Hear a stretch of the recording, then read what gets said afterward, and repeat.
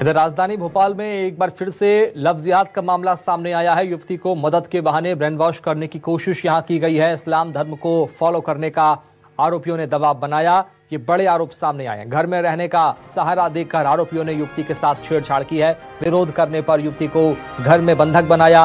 अनुसूचित जाति समाज की पीड़िता है। 2 आरोपियों के खिलाफ थाने में मुकदमा दर्ज कराया है। पशुपालन पत्रोपाधि महाविद्यालय की फर्स्ट ईयर की छात्रा है पीड़ित, जिसने ये बड़े आरोप लगाए और शिकायत दर्ज कराई है।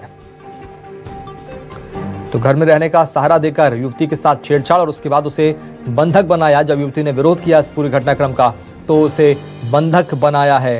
ये बड़ी जानकारी सामने आ रही है। लव जिहाद का मामला सामने आया है भोपाल से। तो युवती को मदद के बहाने ब्रेन वॉश करने की कोशिश और इस्लाम को फॉलो करने की यहां पर बात कही जा रही है। इसको लेकर दबाव बनाया इन आरोपियों ने। ये शिकायत भी इस युवती ने थाने में दर्ज कराई है। घर में रहने का सहारा देकर आरोपियों ने छेड़छाड़ की है। तो भोपाल में लफ्जियात का मामला सामने आया। विरोध करने पर युवती को घर में बंधक बनाया। घर में रहने का सहारा देकर उसके साथ छेड़छाड़ और ब्रेन वॉश करने की कोशिश यहां की गई है। ये बड़े आरोप लगाए युवती ने पुलिस को दी गई शिकायत में। तो युवती को मदद के बहाने ब्रेन वॉश करने की कोशिश भी की गई। चलेंगे राजधानी भोपाल, बात करेंगे सहयोगी शब्बीर अहमद से। शब्बीर, क्या कुछ जानकारी हासिल हो पा रही, विस्तार से पूरे घटनाक्रम को समझाएं। बिल्कुल शुभम, बात की जाए तो काफी गंभीर मामला है। लव जिहाद की धाराओं में मामला दर्ज किया गया है। धर्म स्वतंत्रता अधिनियम जो है मध्य प्रदेश में बनाया गया, उसके तहत ये मामला दर्ज किया गया है। और इस वक्त मैं महिला थाने में ही मौजूद हूं, वहीं पर ही ये मामला दर्ज किया गया है। 2 आरोपी बनाए गए हैं। इसके अंदर बात की जाए, एक अनम और दूसरा हामिद करके शख्स है। बताया जा रहा है कि यहाँ पर पढ़ाई करने आई छात्रा आई हुई थी।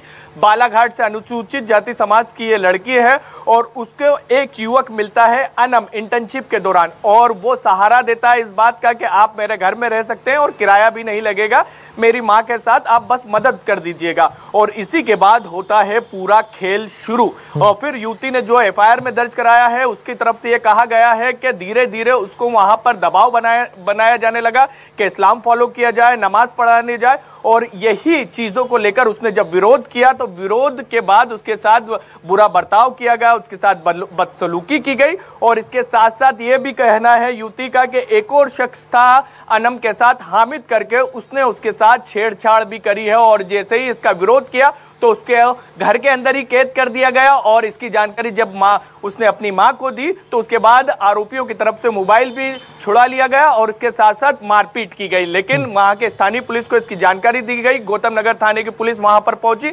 FIR दर्ज की गई और फिर उसके बाद लड़की जो है वो बालाघाट चले गई थी। लेकिन कल जो बताया जा रहा है, कल देर शाम को युवती भोपाल पहुंची अपनी माता के साथ और फिर उसने FIR दर्ज कराई है। कई गंभीर आरोप कई तरीके के लगाए गए हैं। अभी की बात की जाए, जो हमारे पास जानकारी, आरोप जो दोनों आरोपी हैं वो शुभम पुलिस की पकड़ से दूर है। उसको पकड़ने के लिए अब पुलिस लगातार प्रयास कर रही है। तो काफी गंभीर मामला है। पूरा विस्तार से इस तरीके का पूरा घटनाक्रम हुआ और ये पिछले 1 साल से चल रहा था। और इस तरीके की बात की जाए तो ये सिर्फ पहला मामला नहीं है। मध्य प्रदेश के अलग अलग जगहों से इस तरीके के मामले सामने आ रहे हैं, जहां पर पहले सहारा दिया जाता है फिर इस तरीके के घटना को अंजाम दिया जाता है। लेकिन ये कह सकते हैं इस पूरे मसले में कि शुभम पहले ब्रेन वॉश करने की कोशिश की गई, क्योंकि लड़की का यह भी आरोप है। इस पूरे मसले में हम FIR को पढ़ेंगे तो यह भी कहा गया है कि पहले यह कहा जाता था कि आप हिंदू धर्म को जो फॉलो कर रही हैं वो भी करिए, और फिर उसके साथ साथ ये कहते हैं कि इस्लाम को अपने को अपनाने की जरूरत नहीं है। लेकिन जैसे जैसे समय बीतता है तो वैसे वैसे कहा जाता है कि जैसे हम कर रहे हैं